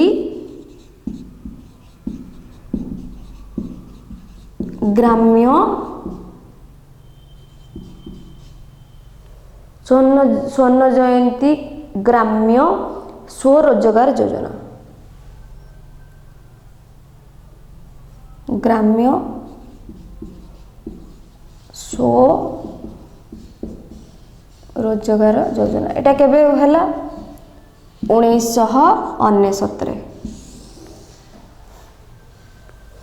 2000 मसीह आरंभ है प्रधानमंत्री ग्राम्योदय योजना। कौन है प्रधानमंत्री ग्राम्योदय योजना। प्रधानमंत्री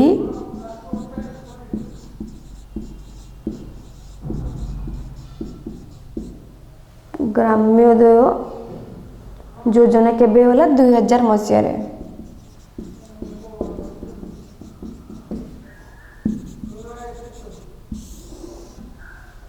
दुई हजार मसीह गोटे थिला प्रधानमंत्री ग्राम्य सड़क योजना एवं यही जो ग्राम्य योजना दीटा पार्ट थिला। गोटे पार्ट कौन थिला सड़क उन्नयन योजना प्रधानमंत्री सड़क योजना आ गोटे कौन थिला इंदिरा आवास योजना। मैं अगर लिखी दिए तापर कहूँ कौन गुड़क थिला इंदिरा आवास योजना। कौन ये योजना गुड़िक थिला प्रधानमंत्री ग्राम्य द्वय योजना। कौन थिला यार अर्थ कौन थिला ना एथिरे दीटा विभाग थिला। गोटे थिला सड़क योजना अन्य थिला इंदिरा आवास योजना। सड़क योजना कौन ना पूर्वरु ग्रामांचल मानकरे रास्ता नथिला गमनागमन पाई एवं रास्ता जदि भी थिला से रास्ता गुड़िक कौन थिला ना माटीर रास्ता थिला। यही योजना माध्यम रे प्रत्येक ग्राम रे कौन हैला ना प्रधानमंत्री सड़क योजना द्वारा सबु ग्राम रे पक्का रास्ता तैयारी हैला जहाँ द्वारा कि लोक मानकर यातायात पई सुविधा हैला एवं जोगाजोग व्यवस्था मध्य ठीक भाबे हैला। इंदिरा आवास योजना कौन थिला ना ग्रामर लोक मानक पाखरे पूर्वरु कौन थिला ना चाळ घर मान थिला। से चाळ घर जेहेतु थिला जेतेबेले प्राकृतिक विपर्यय आसुरा से घर गुड़िक कौन ना भांगी जाउथिला। इंदिरा आवास योजना माध्यम रे सरकार समस्त को कौन कले ना पक्का घर जोगई देले। यही परि भाव रे कौन हैला ना दारिद्र्य एवं बेरोजगार रो कौन हैला ना अवसान घटिला। कारण जेतेबेले सरकार चाहिए कि अर्थनीति को कौन आगो को नवा पई सेतेबेले एई दुईटी समस्या मुंड टेकिला दारिद्र्य आउ बेरोजगार योजना। यही योजना को कौन कले ना सरकार दूरीकरण करने समन्वित ग्राम्य उन्नयन योजना स्वर्ण जयंती ग्राम्य स्वरोजगार योजना प्रधानमंत्री ग्राम्य योजना जहाँ भीतर थिला सड़क योजना इंदिरा आवास योजना को कार्यकारी कराइले। 1997 स्वर्ण जयंती शहरी रोजगारी योजना मध्य आरंभ है। विभिन्न प्रकार योजना माध्यम रे केमिति सरकार चिंता करुथिले केमिति चेष्टा करुथिले कि जेकोसी उपाय हो दारिद्र्य आ बेरोजगार कमेई दबा।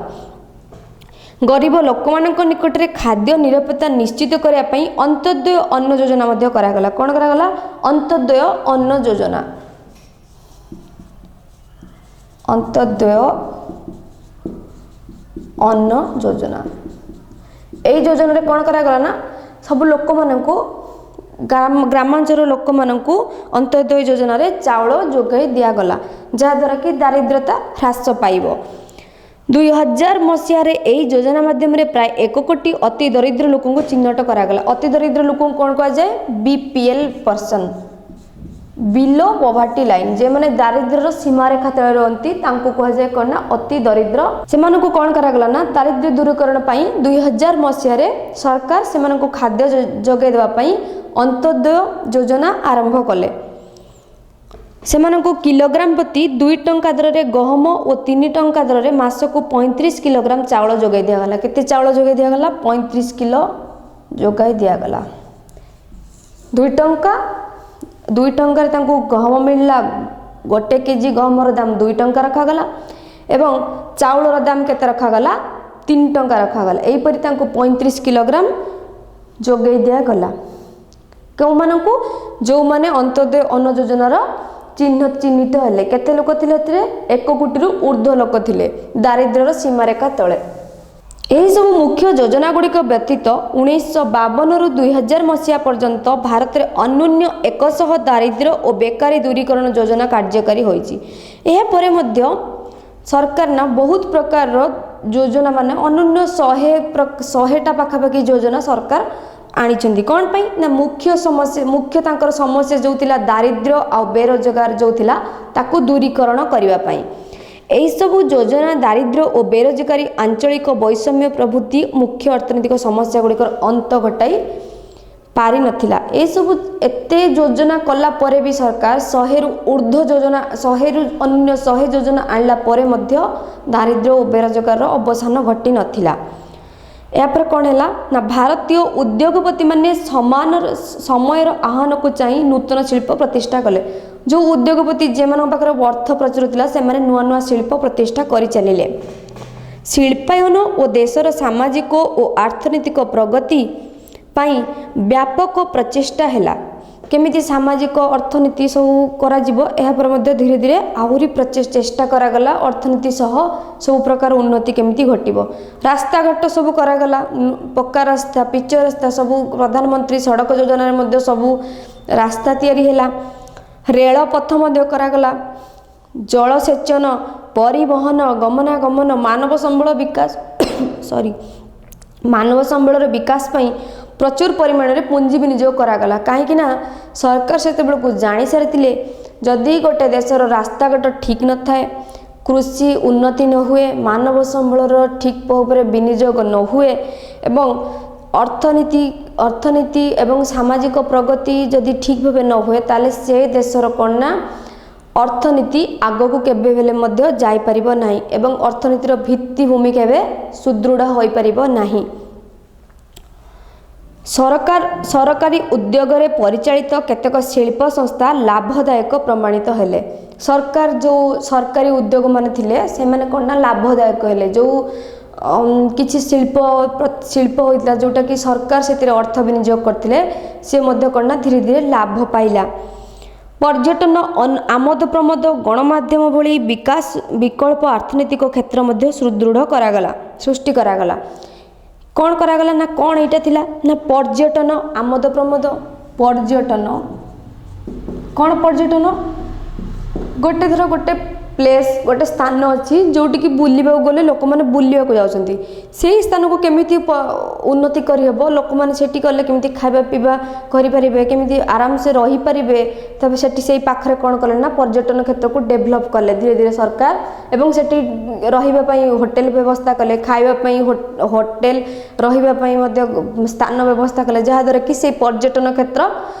कौन है विकास घटिला एवं जो विदेशी माने किंबा देशर लोक माने से जगह को बुलवा गले ता द्वारा मध्य सरकार कौन कले ना सेठू किछि अर्थ पाइले पर्यटन आमद प्रमोद गणमाध्यम भली विकल्प अर्थनीति को सबु प्रकार आड़ू सरकार चेष्टा कले अर्थनीति को केमिति आग को नहीं हबो भारतर अर्थनीति वर्तमान बेस सुदृढ़ एबे कौन ना जदि एबे हमर जदि एबे 2022 एकविंश शताब्दी जदि देखा जाए भारतर अर्थनीति कौन ना बेस सुदृढ़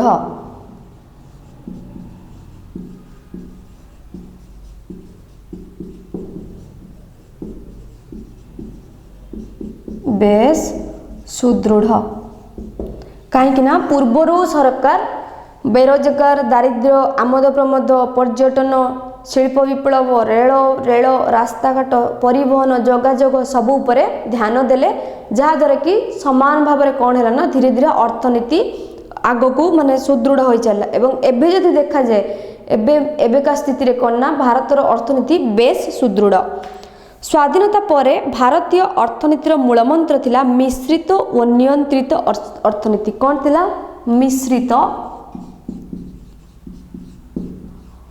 ओ नियंत्रित अर्थनीति मिश्रित कौन ना सरकारी और बेसरकारी जो जगह मिसिकी अर्थ निवेश करेंगे ताकू मिश्रित कहगला एही नीति प्रचलित थिबा समय रे घरोई और सरकारी उद्योग उभय को कौन करागला ना प्रोत्साहित करा जाउतिला जोटा थिला मिश्रित घरोई उद्योग माने प्राइवेट संस्था एवं गवर्नमेंट किछि मिश्रित भाव में गोटे जगह अर्थ निवेश करिवे बा विनियोग करिवे 1956 मसीह एक नुआ शिल्पनीति संकल्प उद्घोषित हैला एक समाजवादी समाजर प्रतिष्ठा पई उद्यम करागला केबे 1956 मसीह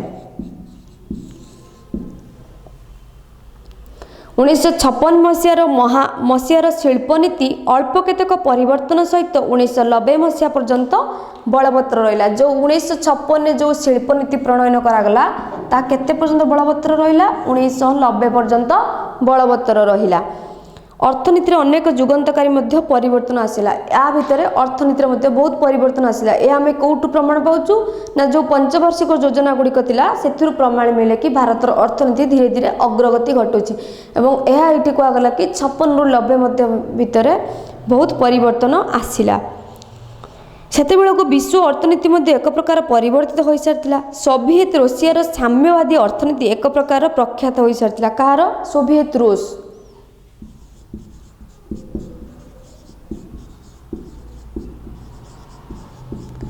କେବଳ 1956 ରୁ 1990 ମଧ୍ୟରେ ଭାରତର ଅର୍ଥନୀତି ଉନ୍ନତି ଘଟିନଥିଲା, ଏହା ସହ ମଧ୍ୟ ବିଶ୍ୱର ଅର୍ଥନୀତିର ମଧ୍ୟ ଉନ୍ନତି ଘଟି ସାରିଥିଲା।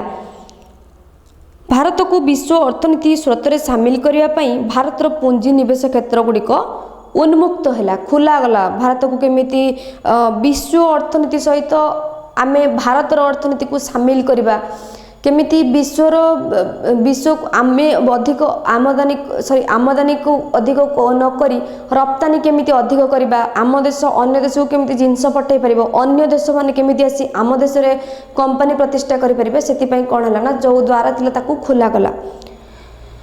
ସ୍ୱାଧୀନତା ପରେ ପ୍ରଚଳିତ ମିଶ୍ରିତ ଅର୍ଥନୀତି ସ୍ଥାନରେ ଭାରତର ବିମୁକ୍ତ ଓ ଅବାଧ ଅର୍ଥନୀତି ଅବଲମ୍ବନ କରାଗଲା। ବିମୁକ୍ତ ଏବଂ ଅବାଧ।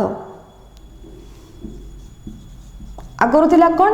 ମିଶ୍ରିତ ଅର୍ଥନୀତି। ଏବେ କ'ଣ ହେଲା? ବିମୁକ୍ତ ଓ ଅବାଧ। କିଛି ବାଧାପ୍ରାପ୍ତ ନାହିଁ, ଯିଏ ଯେଉଁଠି ଚାହିଁବ ଉପଯୋଗ କରିପାରିବ ବା ବିନିଯୋଗ କରିପାରିବ। ତାର ଅର୍ଥ ପୂର୍ବରୁ ଥିଲା ମିଶ୍ରିତ ଅର୍ଥନୀତି, ଆମର ସରକାରୀ ଆଉ ବେସରକାରୀ ବା ଉଦ୍ୟୋଗପତି ମାନେ ମିଶିକି ପୁଞ୍ଜି ନିବେଶ କରେ। ଏବେ କ'ଣ ନା ସେମାନେ ନିଜେ ଚାହିଁଲେ ମଧ୍ୟ ମୁକ୍ତ ହିସାବରେ କରିପାରିବେ। ବିମୁକ୍ତ ଓ ଅବାଧ। ଭାରତର ମୁକ୍ତ ଅର୍ଥନୀତିର ଯୁଗ ଆରମ୍ଭ ହେଲା 1991 ମସିହାର। ଏହି ପରିବର୍ତ୍ତିତ ପ୍ରକ୍ରିୟାକୁ ମଧ୍ୟ କ'ଣ କୁହାଯାଏ? ଅର୍ଥନୈତିକ ଉଦାରୀକରଣ କୁହାଯାଏ। କ'ଣ କୁହାଯାଏ? ଭାରତରେ ମୁକ୍ତ ଅର୍ଥନୀତିର ଯୁଗ ଆରମ୍ଭ ହେଲା 1991 ମସିହାରେ।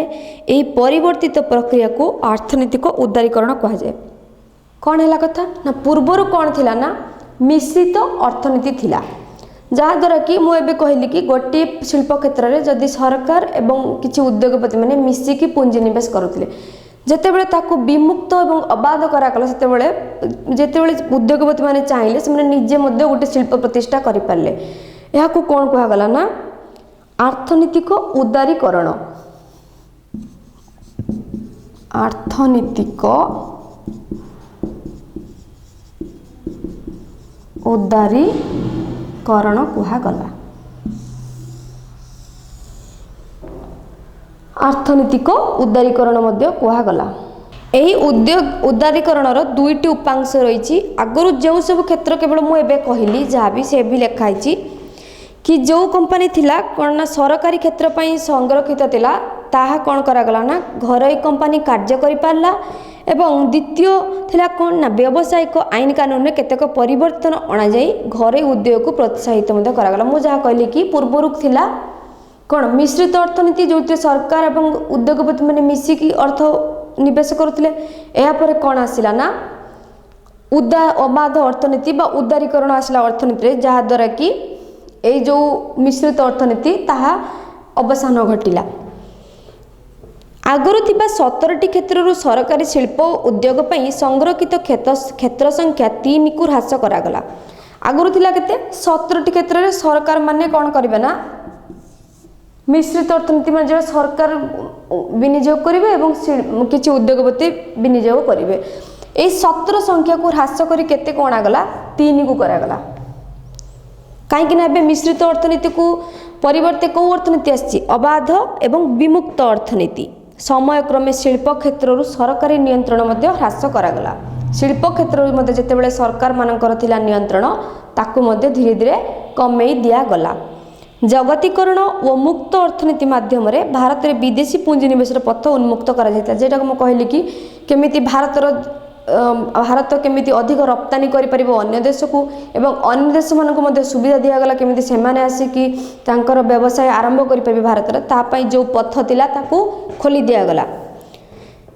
ଏପରିକି ପ୍ରତିରକ୍ଷା ସାମଗ୍ରୀ ଉତ୍ପାଦନ କ୍ଷେତ୍ରରେ ମଧ୍ୟ ଶତକଡ଼ା 26% ବିଦେଶୀ ପ୍ରତ୍ୟକ୍ଷ ବିନିଯୋଗକୁ ଗ୍ରହଣ କରିନିଆଯାଇଛି। କେବଳ ଆଣବିକ ଶକ୍ତି ଓ ରେଳ ପରିବହନ ବ୍ୟବସ୍ଥା ସରକାରୀ କର୍ତ୍ତୃତ୍ୱାଧୀନ ରହିଛି। କେଉଁ ଦୁଇଟା କ୍ଷେତ୍ର ରହିଛି ଏବେ ସରକାରଙ୍କ ଅଧୀନରେ? ଆଣବିକ ଶକ୍ତି ଏବଂ ରେଳ ପରିବହନ। କ'ଣ ରହିଛି? ଆଣବିକ ଶକ୍ତି ଆଉ ଗୋଟେ କ'ଣ ରହିଲା? ରେଳ ପରିବହନ। এই দুইটি କ'ଣ ରହିଛି ଏବେ ପର୍ଯ୍ୟନ୍ତ ବି ସରକାରଙ୍କ ହାତରେ ରହିଛି। ଆକୁ ଛାଡ଼ିକି ଆଉ ଯାହା ସବୁ ଏବେ କ'ଣ ନା ସେମାନେ ସରକାରଙ୍କ ହାତରେ ନାହିଁ, ତାହା କ'ଣ ପ୍ରାଇଭେଟ୍ ହାତରେ ଅଛି। ଏବେ କେଉଁ ଦୁଇଟି ରହିଛି କେବଳ ଆଣବିକ ଶକ୍ତି ଓ ରେଳ ପରିବହନ କେବଳ ସରକାରଙ୍କ ହାତରେ ରହିଛି। କେତେକ କ୍ଷେତ୍ରରେ ବେସରକାରୀ ଭାଗିଦାରୀକୁ ମଧ୍ୟ ଗ୍ରହଣ କରାଗଲାଣି। ଭାରତୀୟ ଶିଳ୍ପଗୁଡ଼ିକ ଏବେ ଅର୍ଥନୈତିକ ଶିଳ୍ପ ସହିତ ପ୍ରତିଯୋଗିତା କରିବାକୁ ସମର୍ଥ ହୋଇଛି। ଆମେ ପୁରା ଆଜି ଜାଣିଲୁ କ'ଣ ନା ଭାରତର ଅର୍ଥନୀତି କ'ଣ ଥିଲା। ସ୍ୱାଧୀନତା ପରେ ପରେ ଭାରତ କେମିତି ଧୀରେ ଧୀରେ ଅର୍ଥନୀତିକୁ ଉନ୍ନତି କଲା, କେମିତି ନା ପଞ୍ଚବାର୍ଷିକ ଯୋଜନା ମାଧ୍ୟମରେ। ଏହାପରେ କ'ଣ ନା ଦାରିଦ୍ର୍ୟକରଣ, ବେରୋଜଗାରୀ ଦୂର କରାଗଲା। କୃଷି, ରେଳ, ପରିବହନ, ଯୋଗାଯୋଗ, ପର୍ଯ୍ୟଟନ ଏସବୁକୁ ଅଧିକରୁ ଅଧିକ ମାନେ କ'ଣ ଦୃଷ୍ଟି ନିକ୍ଷେପ କରାଗଲା, ଯାହାଦ୍ୱାରା କି ଅର୍ଥନୀତିର ମଧ୍ୟ ଉନ୍ନତି ଘଟିଲା। ସମୟକ୍ରମେ ମଧ୍ୟ 1991 ପରେ ପରେ ମିଶ୍ରିତ ଅର୍ଥନୀତିକୁ ଉଠାଇ ଦିଆଯାଇ ଅବାଧ ଏବଂ ବିମୁକ୍ତ ଅର୍ଥନୀତି ଗ୍ରହଣ କରାଗଲା, ଯାହାଦ୍ୱାରା କି ବହୁତ ଯେଉଁ ଶିଳ୍ପ କ୍ଷେତ୍ରରେ ଯେଉଁ ଥିଲା ଉଦ୍ୟୋଗପତିମାନଙ୍କର ଯେଉଁ ଯୋଗଦାନ ତାହା ପୁରାପୁରି ବଢ଼ିଲା। 17ଟି ସଂସ୍ଥାରୁ ଆସି 3ଟି ସଂସ୍ଥା କେବଳ ରହିଲା, ଯାହାଦ୍ୱାରା ଯାହା କେବଳ ସରକାରଙ୍କ ଅଧୀନରେ ରହିଲା। ସେଥିମଧ୍ୟରୁ 2ଟି ହେଲା ଆଣବିକ ଶକ୍ତି ଏବଂ ଅନ୍ୟଟି ହେଲା ରେଳ ପରିବହନ। ଏବେ ଏତେ ମାତ୍ରାରେ ଭାରତ ଅର୍ଥନୀତି ସୁଦୃଢ଼ ଯେ ସେ ବିଶ୍ୱର ଅର୍ଥନୀତି ସହ ମଧ୍ୟ କ'ଣ ନା ପ୍ରତିଯୋଗିତା କରିବାକୁ ସମର୍ଥ ହୋଇଛନ୍ତି। ଏହିସବୁ ଯୋଜନା, ବହୁତ ପ୍ରକାର ଯୋଜନା ମଧ୍ୟ ସରକାର ପ୍ରତିଷ୍ଠା କରିଥିଲେ ଗ୍ରାମ୍ୟୋଦୟ ପାଇଁ, ଯେମିତିକି ପ୍ରଧାନମନ୍ତ୍ରୀ ଅନ୍ତ୍ୟୋଦୟ ଯୋଜନା, ସଡ଼କ ଯୋଜନା, ଇନ୍ଦିରା ଆବାସ ଯୋଜନା, ସ୍ୱର୍ଣ୍ଣ ଜୟନ୍ତୀ ଯୋଜନା। ଏହିସବୁ ମାଧ୍ୟମରେ ଧୀରେ ଧୀରେ କ'ଣ ହୋଇଥିଲା ନା ଗ୍ରାମାଞ୍ଚଳର ମଧ୍ୟ ଉନ୍ନତି ଘଟିଲା। ଯେତେବେଳେ ଗ୍ରାମାଞ୍ଚଳ ଓ ସହରାଞ୍ଚଳର ଉନ୍ନତି ଘଟିଲା ସେତେବେଳେ ଧୀରେ ଧୀରେ ଜାତୀୟ ଅଭିବୃଦ୍ଧି ହେଲା। ଜାତୀୟ ଅଭିବୃଦ୍ଧି ହେଲେ କ'ଣ ହୁଏ ନା ଅର୍ଥନୀତି ସୁଦୃଢ଼ ହୁଏ। ଏବେ ଭାରତର ଅର୍ଥନୀତି ବେଶ୍ ସୁଦୃଢ଼ ଏବଂ ବିଶ୍ୱର ଅର୍ଥନୀତି ସହ ମଧ୍ୟ ପ୍ରତିଯୋଗିତା କରିବା ପାଇଁ ସମର୍ଥ ହୋଇସାରିଛି।